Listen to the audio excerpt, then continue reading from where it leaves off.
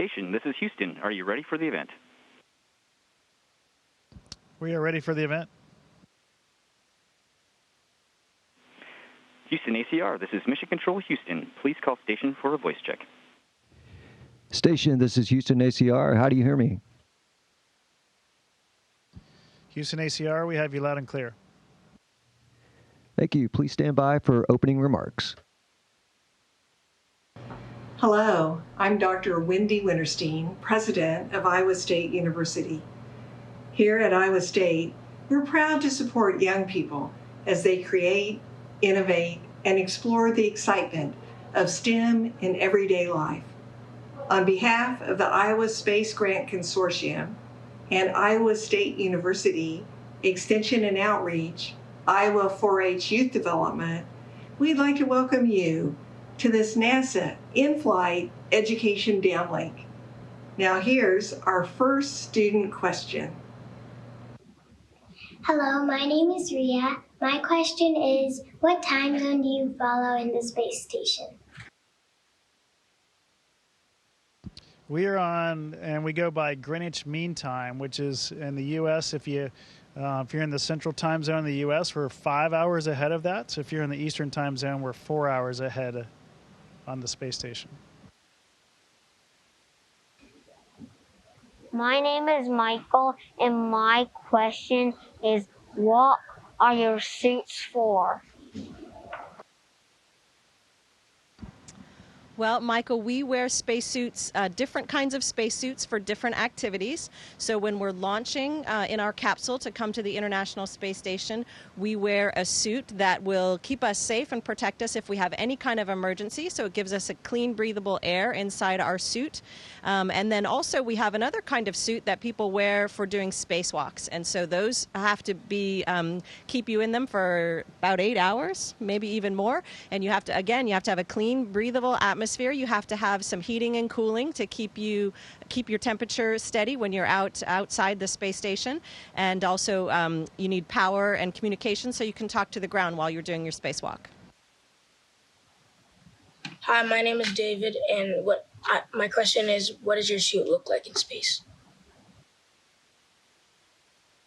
So the suits that Megan was just talking about, I would say the ones that we launch and land in, they're pretty sleek. They're form-fitted to our bodies, so they're a little bit tight, I would say, but they're very functional and obviously protect us when we need it. The spacewalking suits she was talking about, they're kind of bigger and bulkier. I mean, they are massive. And so it's a big mass that we have to move around and control when we're outside doing our spacewalks. Hi, my name is Carson, and my question is, how much does your astronaut suit weigh when it's not in zero gravity? So the suit that's used for spacewalking, because it needs to have lots of specialized equipment and contain an atmosphere for you when you're outside the space station, so exposed to vacuum, that suit weighs about 300 pounds. So you wouldn't want to have to try to walk around in it if you were on Earth. My name is Abby Drost, and my question is, can you see storms like hurricanes and tornadoes from space?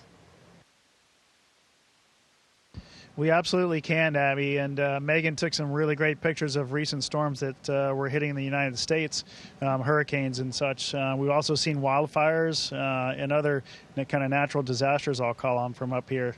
We're about 250 miles above the Earth, so we do have a pretty good vantage point, especially with the cameras that we have available.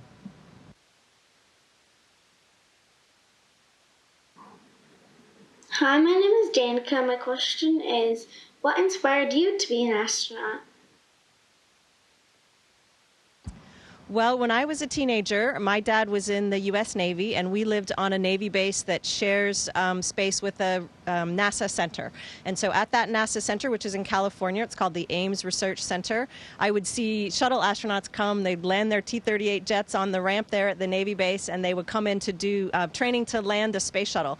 And I thought, well, that looks like a pretty fun job. I wonder what you have to do to get a job like that. And so I looked into it a little bit and saw that astronauts come from all different backgrounds in science and technology and different operations jobs, and all of those things looked very interesting to me, and I liked the idea of getting to do a lot of different things in the course of a single career. So that's what first inspired me to think about becoming an astronaut.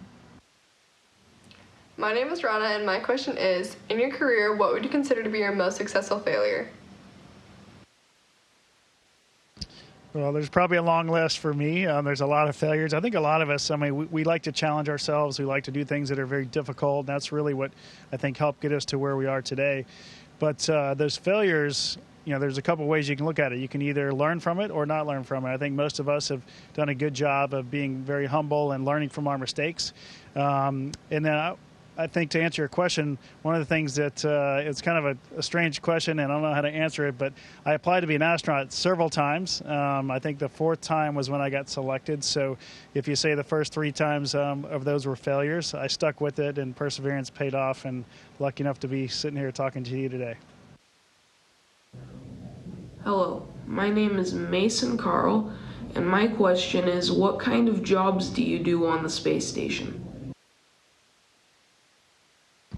Mason, that's a great question because we do lots of different kinds of jobs every day. That's one of the really fun things about our job is that every day is a little bit different.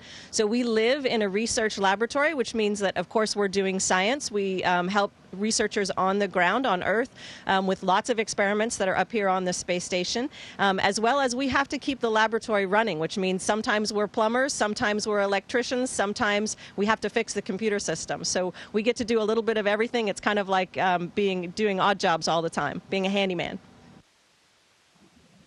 Hi, my name is Ella, and my question is, what do you eat up in space?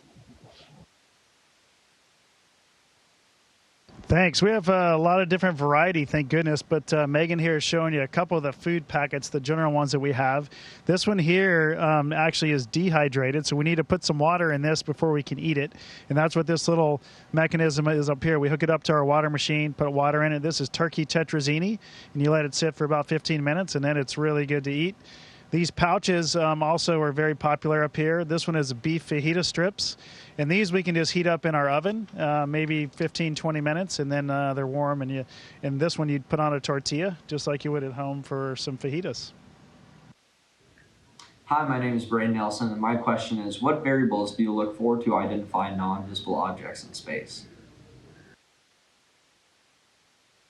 Well, Braden, I'm not an astronomer myself, but we do have a lot of scientific instruments on the space station, outside the space station, that conduct observations for astronomers on Earth. And so what you're talking about is objects that don't emit light in a spectrum that we can see, but emit radiation in other parts of the electromagnetic spectrum. So, for example, gamma rays, X-rays, infrared, microwave. And so there are instruments that are specially designed to detect energy or light, radiation in that part of the spectrum. And we have some of those instruments, like I said, on board here at the International Space Station that can take data for years, over long periods of time, that astronomers can then use to make their observations.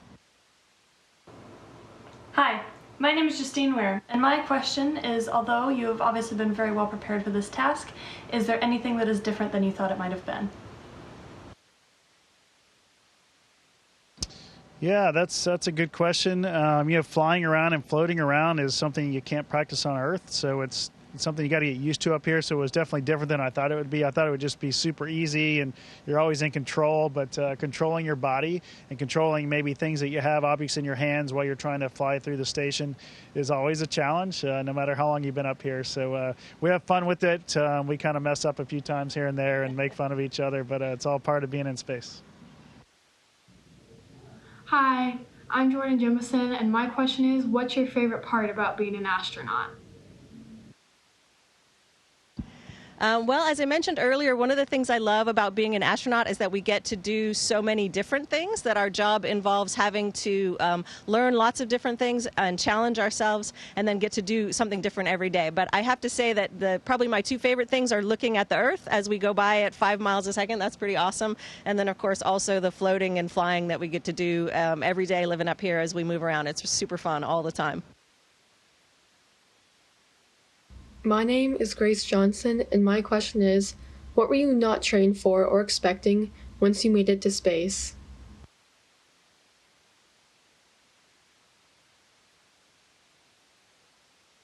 Oh, so, as you can imagine, as we train for a mission, we're trained a lot on our spacecraft, on our spacesuits, on some of the tasks that we're going to do, but we don't ever get trained on how to operate and live in microgravity. So things like brushing your teeth and going to the bathroom and eating, all that stuff we have to learn on the fly, so to speak.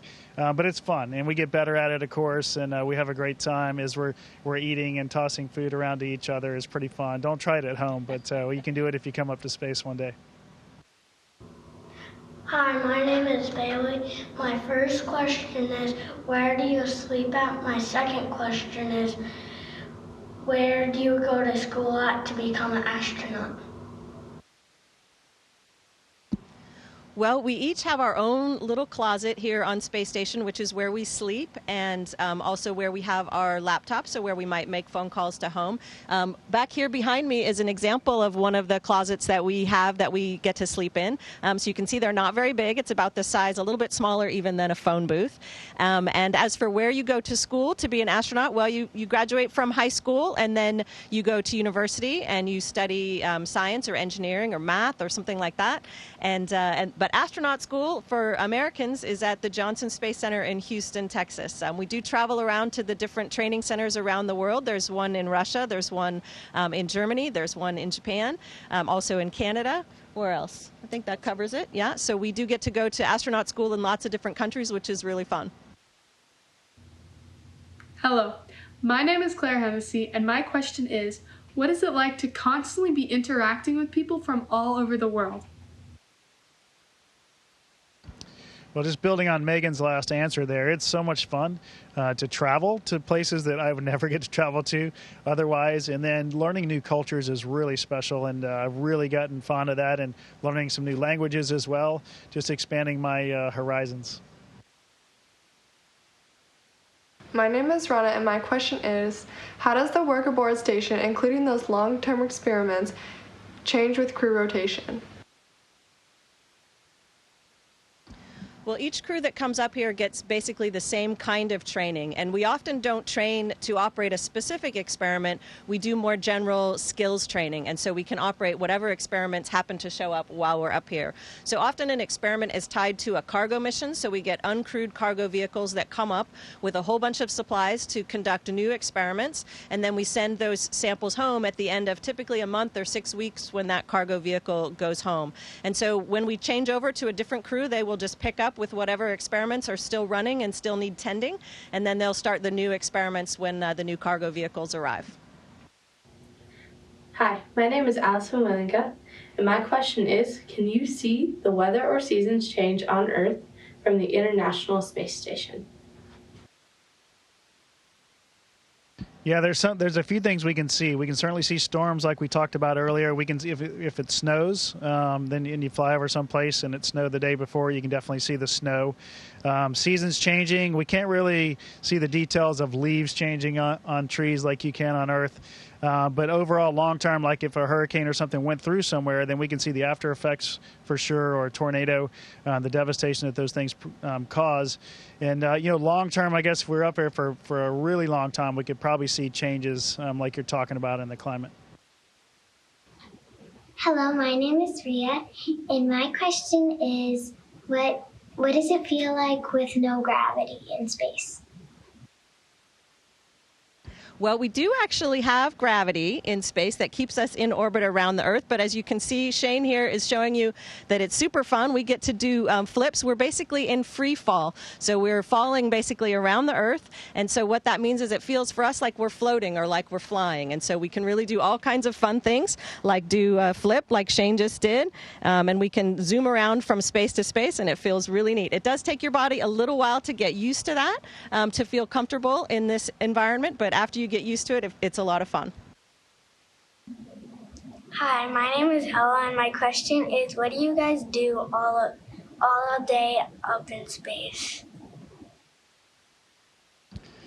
Yeah, that's a great question. We actually work all day, so we have about a 12-hour workday that is scheduled by the mission control centers around the world. We start about 7:30 in the morning, and we end about 7:30 every night. About 2 hours of our day is spent working out or exercising. So that, to me, that's a fun part of our day, along with all the science and other things that we're going to do, maintenance as well sometimes. So, and then our meals are also in that 12-hour period. So we do a lot of work. We're very busy every day. On the weekends, we get a little less work to do and a little more time off to relax a bit. Hi, my name is Danica. My question is, does the space station have gravity? If so, why? Well, the Earth's gravity is strong enough to keep us in orbit around the Earth. We're about 250 miles up, and we're going around and around the Earth, kind of in a constant free fall. So one of the really special things about having a laboratory here in low Earth orbit is that we can, because we don't have that same normal force acting on us like you do when you're standing on the Earth, we can do lots of really unique science because materials behave differently in this environment, and we can learn some things about the fundamentals of how physics work, or how flames work, how fluids behave, and how our bodies behave. And all of these things can help us to create new products for use on Earth, and also to help us as we travel farther away from our own home planet and go places like the Moon and to Mars. Hi, my name is Carson, and my question is, what's your favorite thing about being up in space? Well, a couple things we've already touched on. Flying around is cool, but I think my favorite thing is looking out the window at planet Earth. And I think most astronauts will probably tell you that. Hi, my name is Braden Nelson, and my question is, how are the gravitational forces of non-visible objects being researched on the International Space Station? Well, Braden's good to have you back with another astronomy question for me. I appreciate that. I think you're probably asking maybe about dark matter and about dark energy, which scientists really still don't understand a whole lot about either of those things. But we can see their influence. We do think that 80% of the matter in the universe is dark matter and dark energy. And so scientists are working to understand these things better. We do have a particle physics detector here on board the International Space Station, again, outside the space station, that can detect and make very accurate measurements of cosmic rays that can help scientists as they study these phenomena. We as the crew don't really interact with the alpha magnetic spectrometer except when it was installed a number of years ago, and then more recently when it needed some repairs, some crew members did some spacewalks to fix it up so that it could keep going, because it's a very valuable instrument for that kind of ongoing research.